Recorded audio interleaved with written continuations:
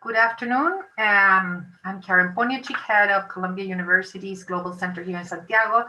And on behalf of ourselves and the Center for International Policy at Universidad Católica, whose director Jorge Sad is here with us, I want to welcome you to this third installment of our series on U.S. foreign policy during Biden government. We had Andrew Nathan talk about China, then we had Ambassador Westphal talk about the Middle East, and now we're lucky to have with us Charles Kupchan to speak about the traditional, the oldest allies of the United States, which is the countries of the European Union. I will introduce Charles. He's a senior fellow at the Council on Foreign Relations and professor of international affairs at Georgetown. He served both in the Clinton administration and the Obama administration on the National Security Council in charge of European affairs. And he's author of several books on international affairs, the latest one entitled Isolationism, A History of America's Efforts to Shield Itself from the World, which was just published. So I hope, Charles, you can also touch on that. For those who want more on that, there's a great interview. I think it's in YouTube by Richard Haas to Charles about precisely this book. So, but I hope, Charles, you can touch on that. So without further ado, I will turn the screen over to you with a general question. And then, of course, we can take more questions, which is the President of the European Commission spoke of a renewed partnership. And Jens Stoltenberg, who's the head of NATO, welcomed the election of Joe Biden, who he described as, quote, a strong supporter of NATO and the transatlantic relationship. So can we expect a full-scale revival of the old traditional European alliance? What is the Biden team looking forward to? And what needs to be done to restore the axis that Trump, with a lot of effort, tried to destroy? So the screen is yours. Thank you very much. It's a pleasure to join you. I wish that it were in person, but I guess this is the best we can do until we beat this pandemic. You know, we're living through the strangest political moment of my lifetime.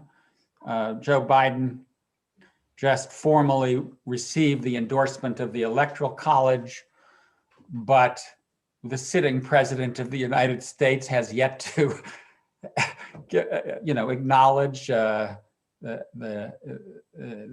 what's coming. The Republican Party seems to be unwilling to face reality, and so my first comment is that the kind of U.S.-European relationship is today an odd mixture of relief, but also trauma and exhaustion. I can't understate or overstate the degree to which it has been a searing 4 years. For those of you who don't live in the United States, it's been quite painful and unrecognizable. And so I think there really is a sense of political trauma that comes with the view that we are heading back toward better days, both in terms of American politics, but also America's relationships with its traditional allies in Europe. The second observation I would make to get us going is that I think that one of the questions I've had in my own mind over the last 4 or 5 years is, have we been witnessing the steady and irreversible erosion of political centrism in favor of populism on the left and right? We knew that Trump was more a symptom than a cause. We knew that this was a systemic problem because the problem of illiberalism has not been just something the United States has dealt with. It's in the UK, it's in Poland, it's in Hungary, it's in Turkey.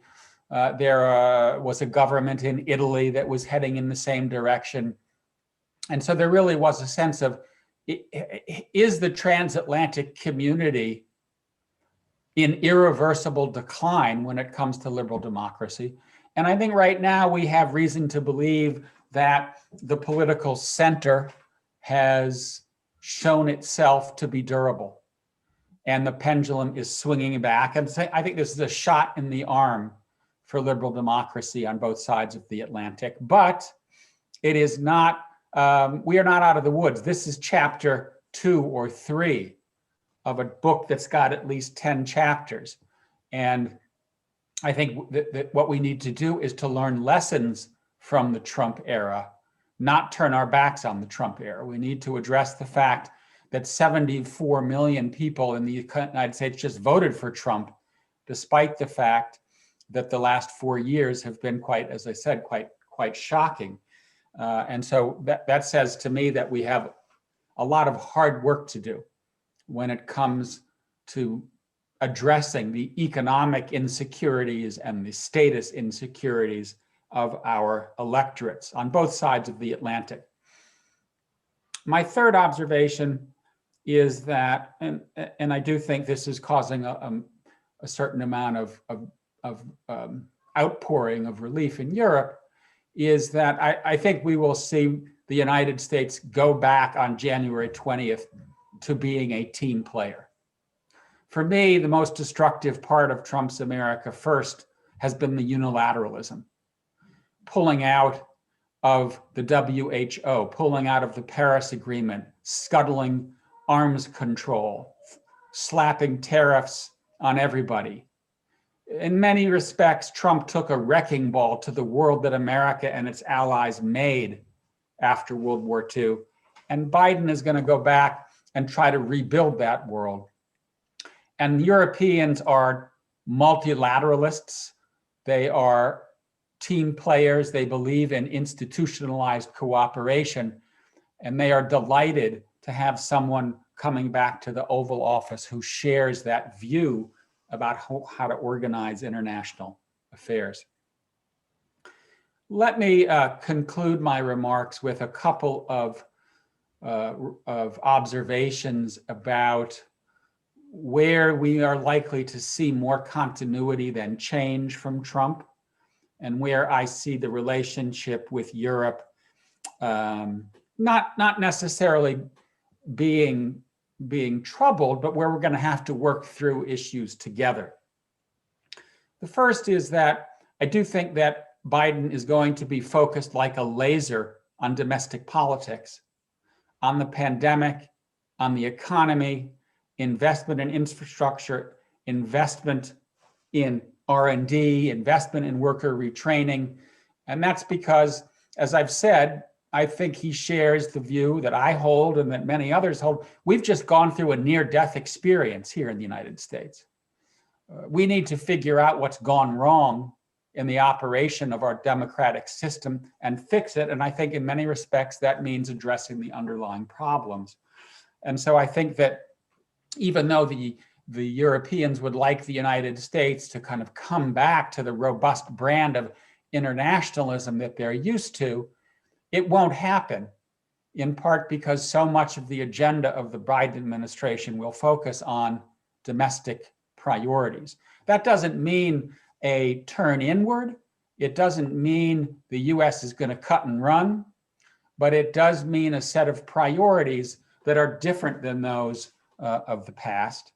And I think that the isolationist sentiment that we've seen under Trump, the turn inward, the public opposition to the forever wars in the Middle East, the public opposition to more free trade, the concern that we've been building schools in Afghanistan rather than Arkansas.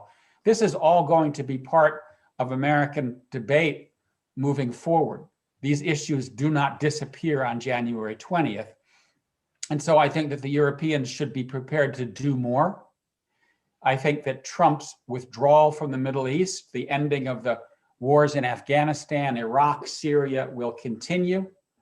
And as a consequence, there will be a vacuum of sorts. We already see that vacuum in Libya, in the Mediterranean, in Syria, The US was missing in action when it came to Nagorno-Karabakh.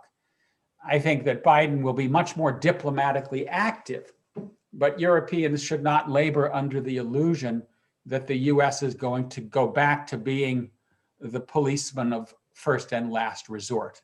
Those days are over.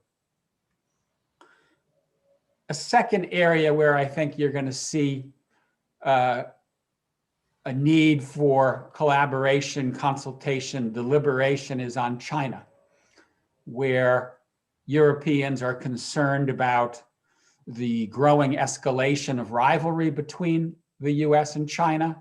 That's not going to go away on January 20. The underlying conflicts over trade, over human rights, over geopolitics, they're not going away. And I think the US and the Europeans should come together and have an early discussion about how to manage China geopolitically, how to level the playing field when it comes to trade, and what common stance they should take on human rights. I don't think that the Europeans want to get caught in between China and the US.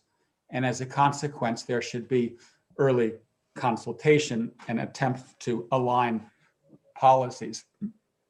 Russia is another area where I think you will see potential divergence. There are some key issues on the agenda, including sanctions against Russia stemming from Ukraine and from interference in elections. There are many Europeans that would like to get rid of those sanctions and go back to business as normal.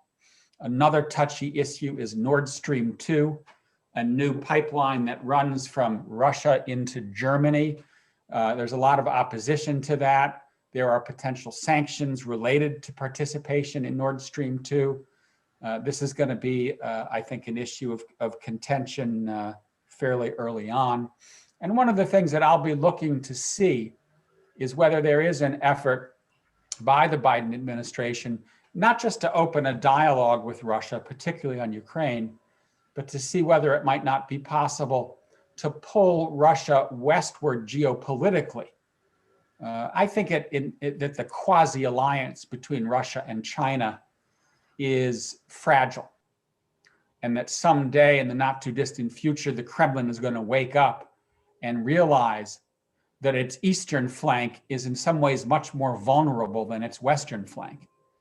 And perhaps Washington and the EU can take advantage of that to somehow begin to return to a better relationship with Russia. There are lots of other issues on the agenda, including Brexit.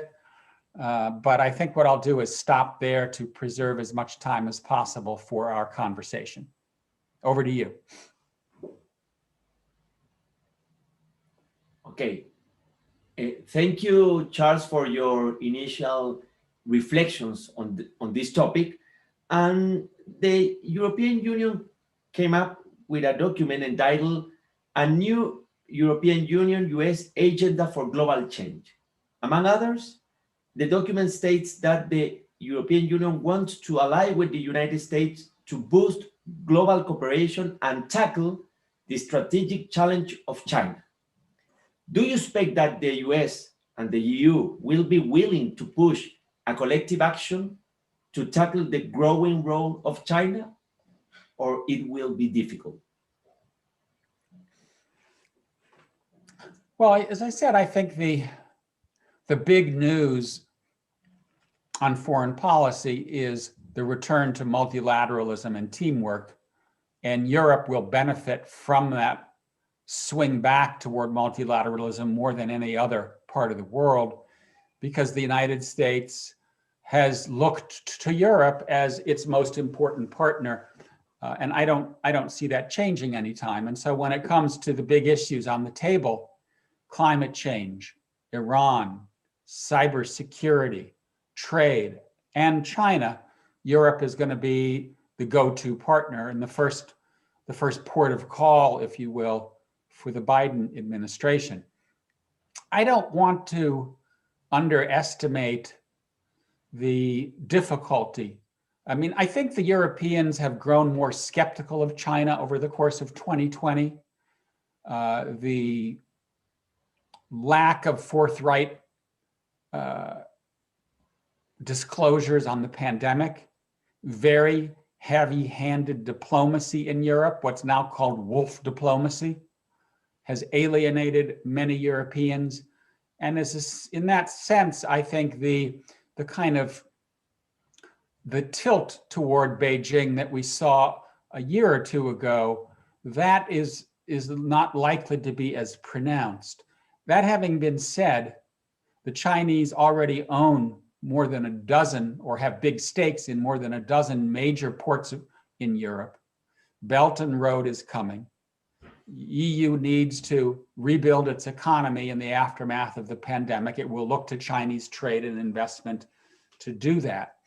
So I do think the devil will be in the details, and that the United States should develop a joint agenda, an economic agenda on China that would include the following elements. One is pressure on China on the liberalization of the trade issue, state subsidies, state ownership, intellectual property. Two, to decide in this big ball of wax that we call decoupling, what should be pursued and what should not. I don't believe that there will be European or US decoupling from China. We are way past that point. The global economy is far too interdependent. Just before we started this call, in our chat before, you were telling me that China is all over Chile. We're not putting the genie back in the bottle. But I do think that we can have a serious conversation about repatriating supply lines and production lines in high-tech sectors, AI, semiconductors. We should develop a joint position on 5G networks and Huawei. In other words, yes, decoupling makes sense, but only in certain specific areas. Do I think that the US and Europe can get to yes on these kinds of issues? I do, but it's going to require a lot more consultation than we're used to, because in general, the US, EU, and the NATO relationship has really focused on the transatlantic community and not on the Asia Pacific. Thank you, Charles. Karen? We cannot hear. Microphone was off. Let's go back to Russia, Charles. Just to mention that Joe Biden talked about Vladimir Putin's kleptocratic authoritarian system, quote unquote. How will the relationship play?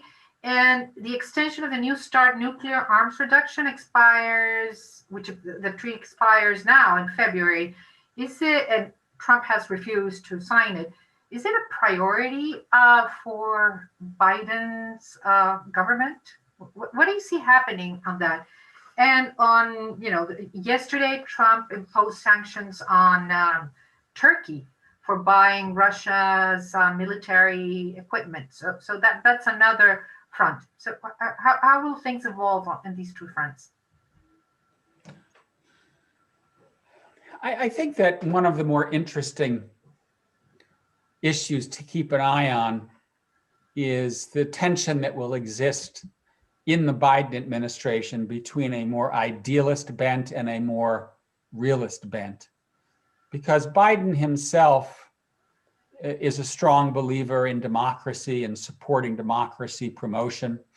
He was an ardent fan of Ukraine after the 2014 Russian invasion. And I expect that he will be speaking out more openly about Putin, about Erdogan, about President Xi in China, about Sisi. Trump liked autocrats. Biden does not like autocrats. He will speak up about that. On the other hand, you can't solve many of the world's problems today by working only with democracies.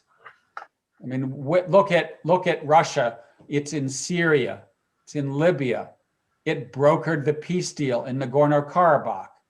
If Ukraine is going to enjoy sovereignty again, there needs to be some kind of strategic dialogue with the Russians.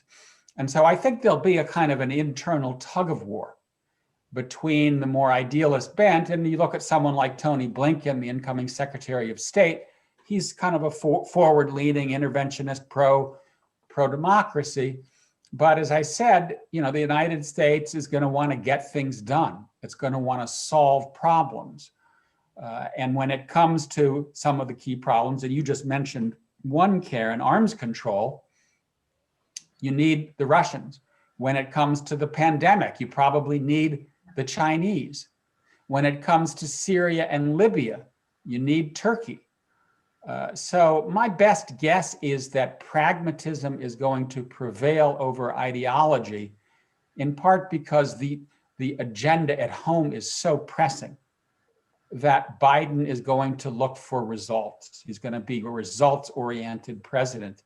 To me, on the arms control issue, that means, I'm guessing here, I have no privileged information, an effort to extend START and then build on it, both with the Russians and perhaps with the Chinese. But I do think that we've gone through a period in which the US let things lapse. The INF treaty, START now looks to be lapsing. The Iran nuclear deal, look what happened there. Trump pulled out of the Iran nuclear deal. Iran now has a much larger stockpile of enriched uranium and is spinning new generation centrifuges.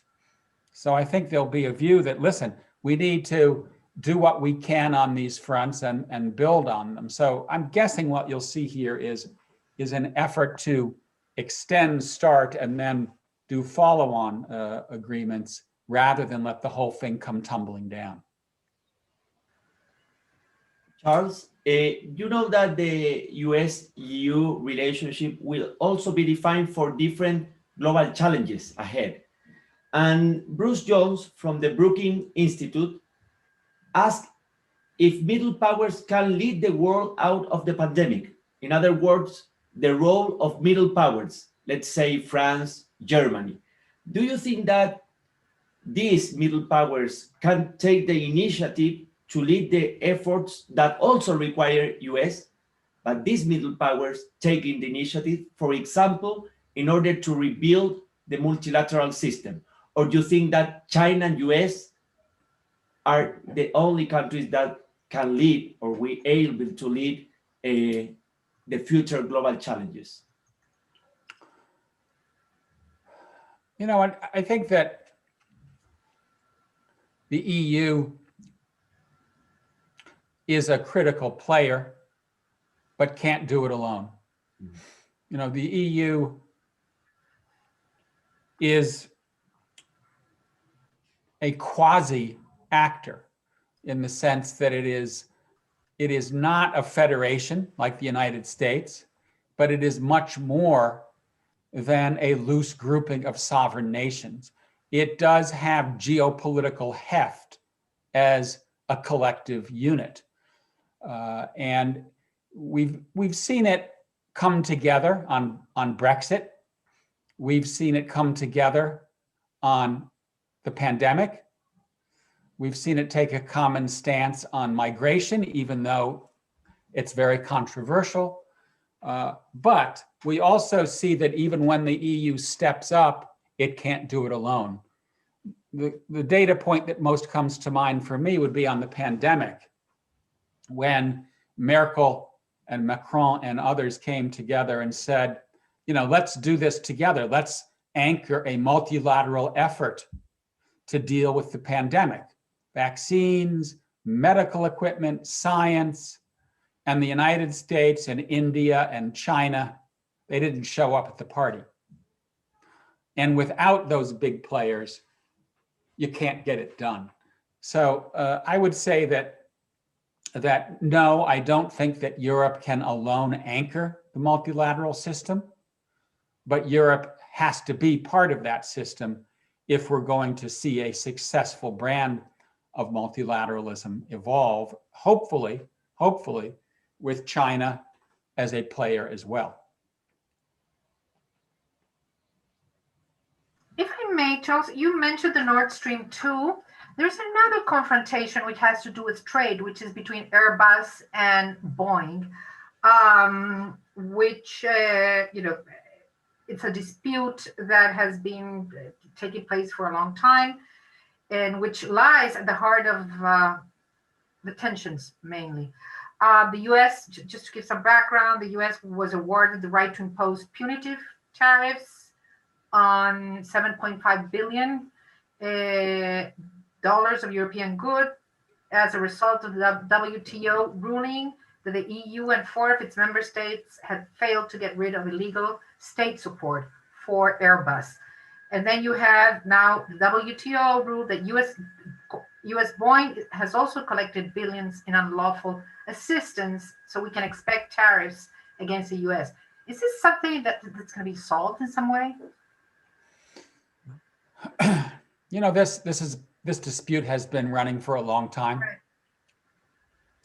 And my best guess is what we'll see is an attempt to turn back to the status quo ante. That is to say, to undo the recent tariffs that Trump slapped on and to kind of get us back to where we were before. I'm not really expecting there to be progress beyond the status quo ante, for example, on the aircraft dispute, because I don't expect to see either party lean in heavily on the trade front, at least for the first year or two. And I would put the British in here. I mean, the British, they've been very keen on a free trade deal with the United States as they leave the EU. I don't think it's going to happen. Neither Democrats nor Republicans in this country right now are big free traders. And I don't think that there will be a priority put on this issue, with the exception of trying to put pressure on China to level the playing field. So I'm guessing what you'll see is a scaling back of the Trump tariffs, but then the continuation of disagreements and WTO cases over the Boeing Airbus issue. And then, as we talked a little bit about already, Nord Stream 2 is a pretty tough issue, in part because it is so close to being finished, and in part because Germany is the country that is most keen and has been investing in it. And Germany is in many respects America's most important European partner. So it's going to be a tough issue to resolve. Okay, Charles, let's move to Brexit. It's an interesting issue, you know, that both parties are negotiating. What would be, in your opinion, the consequences for United States in case of a non-deal Brexit, and to what extent it may affect the relationship between US and UK, and at the same time, the US and the EU? How do you see that process? You know, a no-deal Brexit would be a pretty disruptive event. Britain's relationship with the EU would resort to WTO rules. There could be shortages in the UK, miles of backup trying to get across the English Channel. And perhaps most worryingly, some kind of disruption on the border between Northern Ireland and the Republic of Ireland, as that border returns to being a hard border and not an intra-EU border. So it's a pretty bleak picture. And in some ways, even more worrying than that immediate economic scenario would be the political fallout. There would be enormous bad blood between the UK and the EU on both sides. And my hope is that the UK stays as closely tethered to Europe as possible on trade and on security. That would be good for Europe, good for the UK, and good for the United States. That would be very hard to do in the case of a no-deal Brexit. And I do think that, we talk about the special relationship with the US, between the US and the UK. But unfortunately, that special relationship is not going to be as consequential as it used to be, because the British are engaging in an act of self-isolation. They are taking themselves out of the center of the action.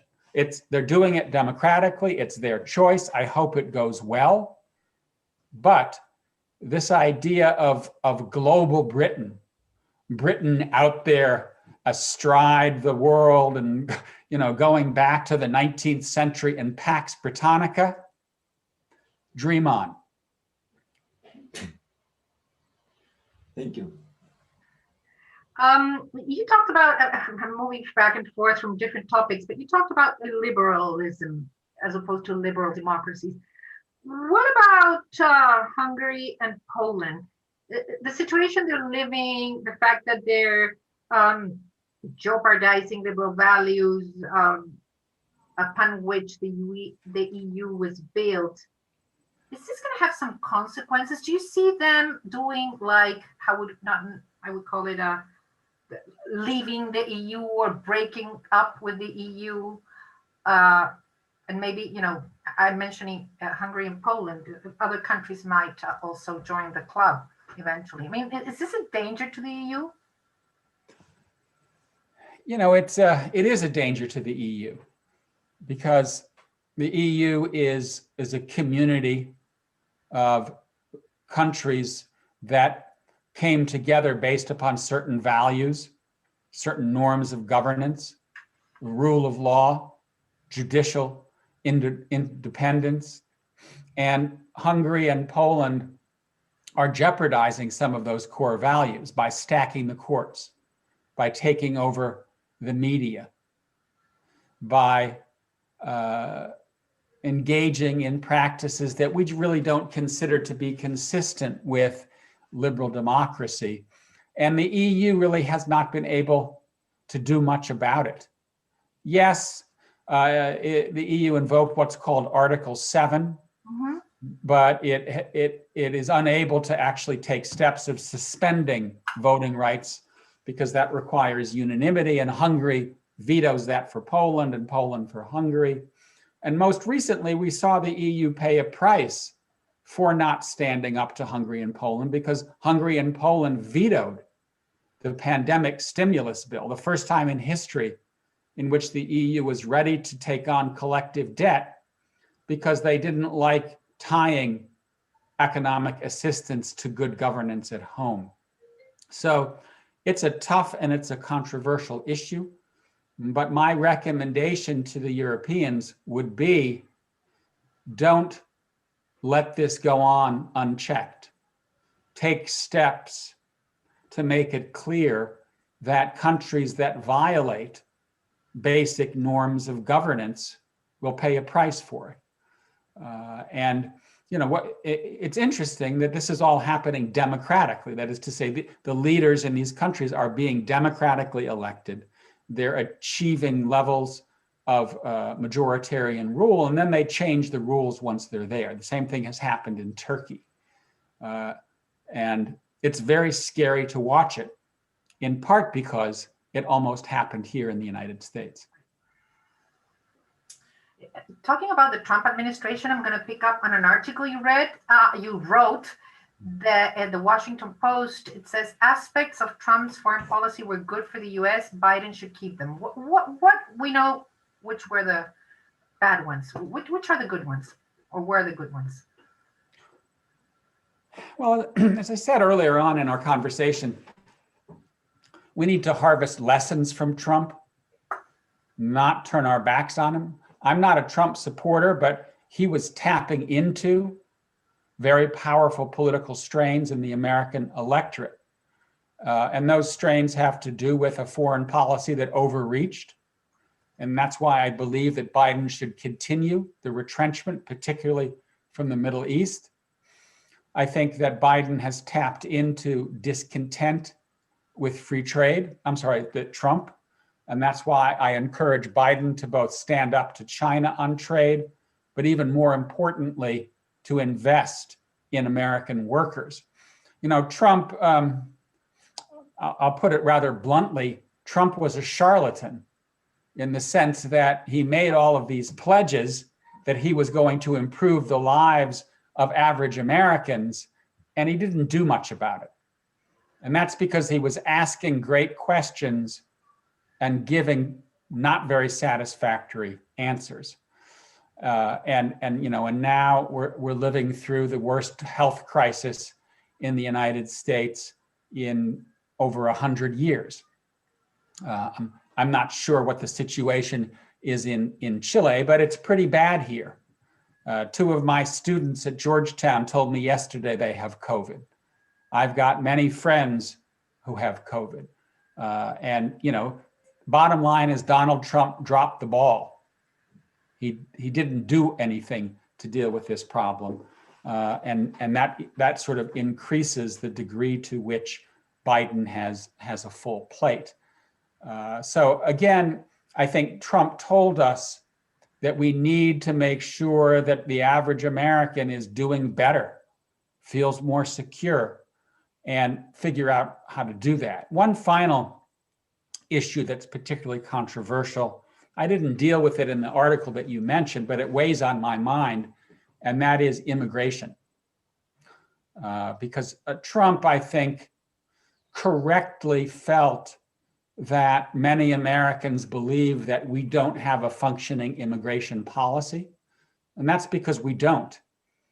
It doesn't really work. I'm a liberal when it comes to immigration. I want to see the numbers go up, but I'm also someone who believes the country needs to have a working policy. We need to know who's coming. We need to know who's going. We need to have control over the borders. So again, I think Trump was asking the right question. How can we have a serious functioning immigration policy? The problem was that his answer, building a wall on the border with Mexico and keeping people out, hasn't really worked. Charles, what do you think about the President Macron's reflection on the future of the European Union? He said about European Union needs to be a political project, not only a single market. What do you think about the stage of the European Union, especially during the COVID and after COVID? Well, I have mixed feelings about Macron. On the one hand, I'm delighted that there is finally a European leader who's willing to stand up and defend Europe and talk about a more capable, stronger, more coherent European Union. For too long, European leaders tended to run away from Europe because they didn't think it was popular politically. In fact, I remember when I was working for Obama, we flew over to the UK to try to talk the British out of voting for Brexit. That didn't work so well. But right after we stopped in London, we went to Germany, and Obama gave this speech, this rousing speech in defense of Europe. And those of us who were with him and who wrote the speech were saying to ourselves, why is he giving this speech? Why isn't Merkel giving it? Why isn't Hollande giving it? Well, now you actually have a French president who's giving speeches like that, and that's great. My regret is that he is talking about strategic autonomy. I mean, you may have seen an interview that he gave after Biden had won. It was in a journal called Le Grand Continent, the big continent. And he said, we need to resist the US-China duopoly.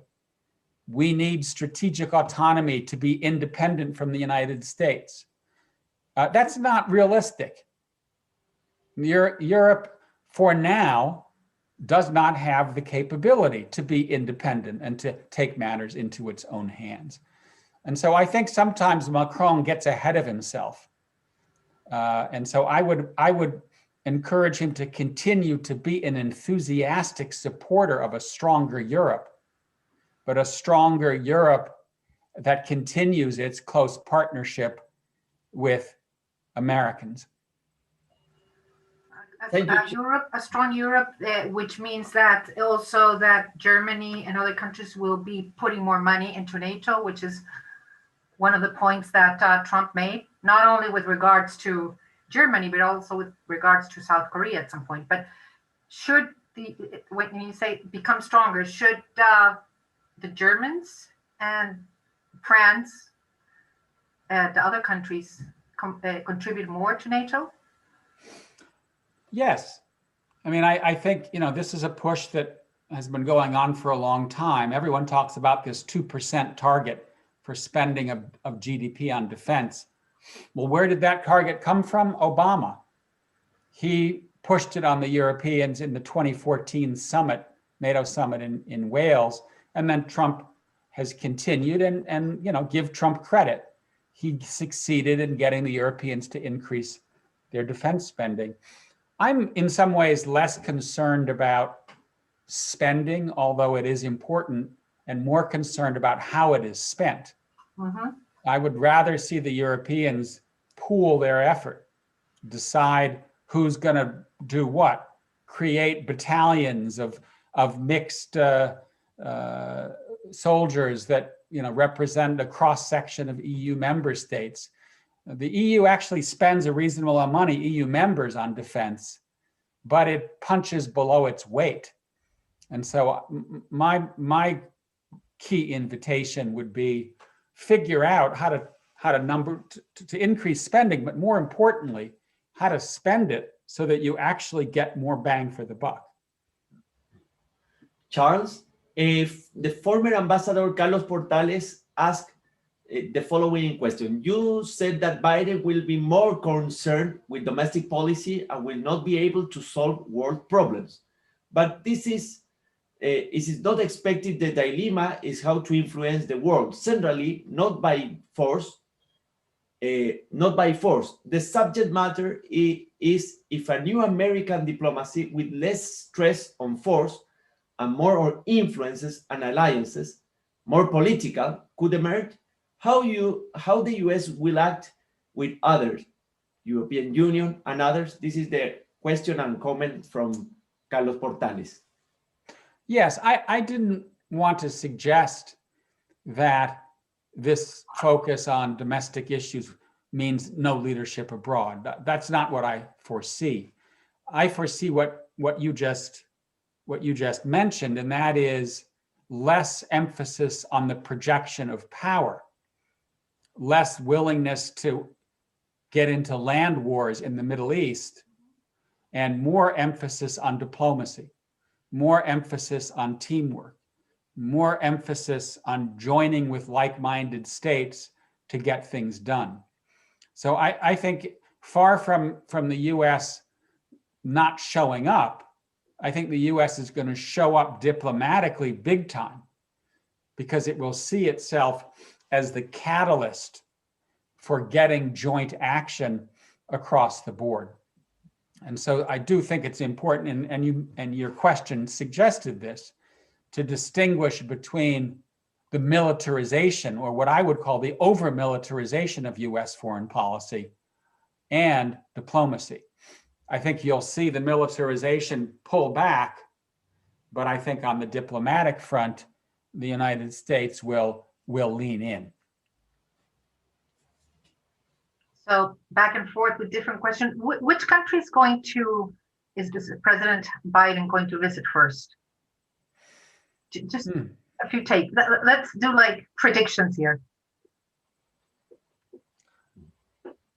That's a tough question. I think historically, the president of the United States usually meets first with the neighbors. So Canada, Mexico and Canada. Canada. But I'm guessing that you will see a fairly early ingathering of some subset of Europeans or some Europeans, because Biden is an Atlanticist. Mm-hmm. Biden believes in NATO. Biden believes that the United States has teamed up with Europeans since World War II to make the world a better place. And I think he's going to want to try to start repairing the damage that Trump has done. Whether that's a NATO summit or, a visit to Germany, I don't know. But I would predict some kind of allied initiative early on. He's talked about a League of Democracies or Democratic Cooperative Network. So, well, he's talked about a summit of the democracies. That's a tough one. It is. Right? I mean, if the people on this call tried to decide who gets to come and who doesn't, who's a democracy and who's not a democracy, should Poland and Hungary be invited? It would get very complicated very fast. So I think if I were advising him, I'd probably aim a little bit more modestly for a gathering of allies, a kind of statement that America is back, American alliances, we stand by them. And I'm also someone who is not a big fan of trying to organize the world on the basis of regime type. We got a lot of problems on our plate. And I would rather see the US take a pragmatic approach to teamwork. And if that teamwork involves Saudi Arabia and China and Egypt, that's okay with me. Which are no democracies, by the way, but they're Right. important for other strategic reasons. I have a short one, or Jorge, do you want to? No, just let's go ahead. So the which is almost dead, the so-called Transatlantic Trade and Investment Partnership, TTIP. That's dead, right? So do you see any chance of reviving it between the US and the EU? There was progress made on the issue, and there were discussions about what were called early harvest. That is to say, you take what we've agreed and you sign a modest deal. And the big sticking issues, which include agriculture, they include public procurement, they include, as you already asked, Karen, about Boeing and Airbus. So we just agree to disagree, and we do what we can. I could imagine that you could get some kind of very modest agreement on something, just as a sign, as a hey, we care about this.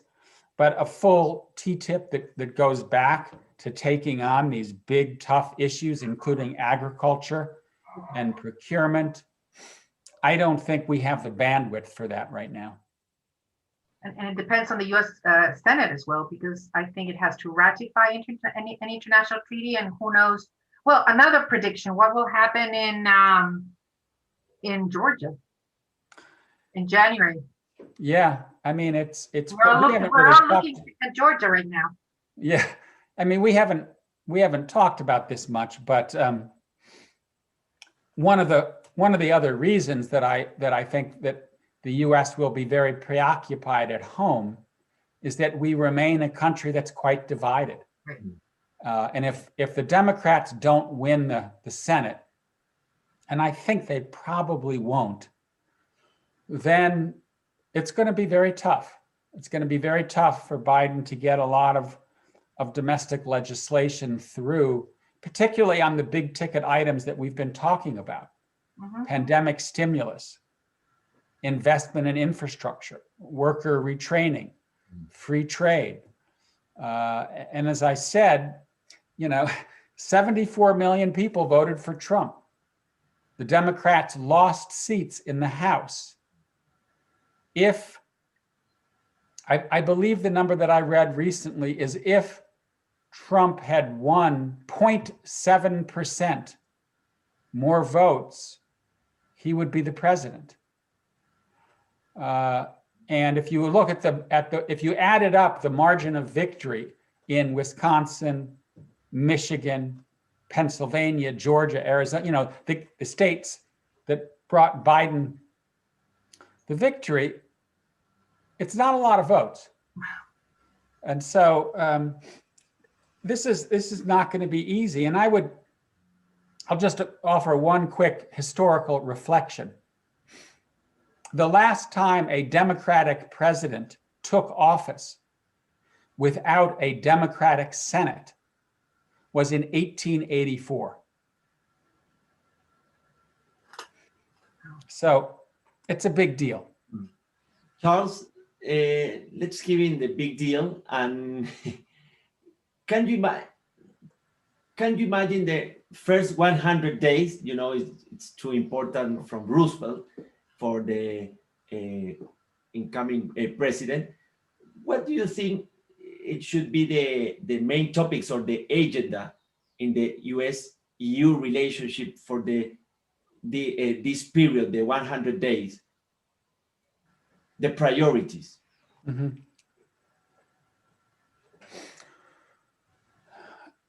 I think I'd probably identify three things.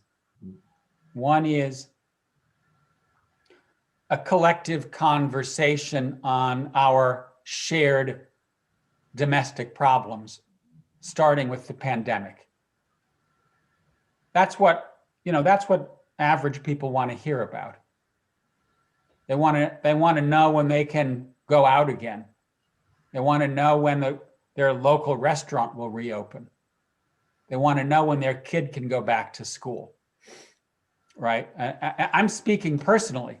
I've got 3 young kids and they're all downstairs running around all day long and all night long. And I love having them here, but I kind of wish they could go back to school.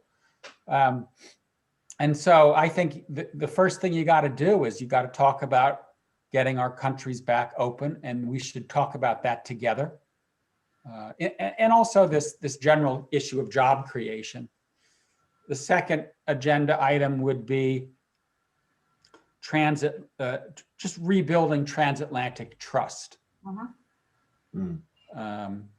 There's been a lot of damage, and I just think we need to come right out and say we remain an anchor of liberal democracy, and we're going to stand by our values. And the third would be China, where I think the conversation is probably going to be not easy. But I do worry that if you don't have that conversation early, we could find ourselves in day 300 rather than 100 with something happening and the US and the EU taking different positions on China, and that could be harmful. So it'd be those three. Thank you, Charles. Thank you. Charles, we've made you go from one topic to the other, and we're really thankful. We talked about trade, about Russia, about China, about democracy, about Trump's foreign policy failures, and also what you also mentioned is good decisions. We really want to thank you very much for participating in this call. And next time we'll invite you to Chile when we have vaccine, hopefully. That would be great. And I look forward to that. Well, I'm gonna hold you to that promise. Absolutely. I'll take an in-person rain check. I've never been, so a visit is overdue.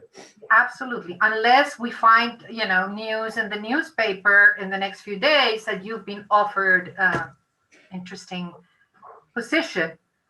So that's another thing we look forward to if you go to strengthens President Biden's team. We're all in Chile very much looking forward to his government.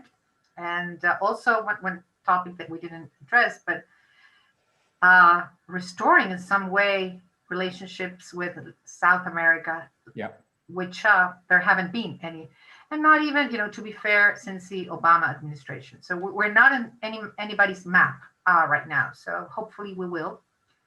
And at least some of our countries will be invited to the League of Democracy meeting. But thanks again to everybody. Thank you. We will post, as always, this the recording in our respective websites with Jorge and ours.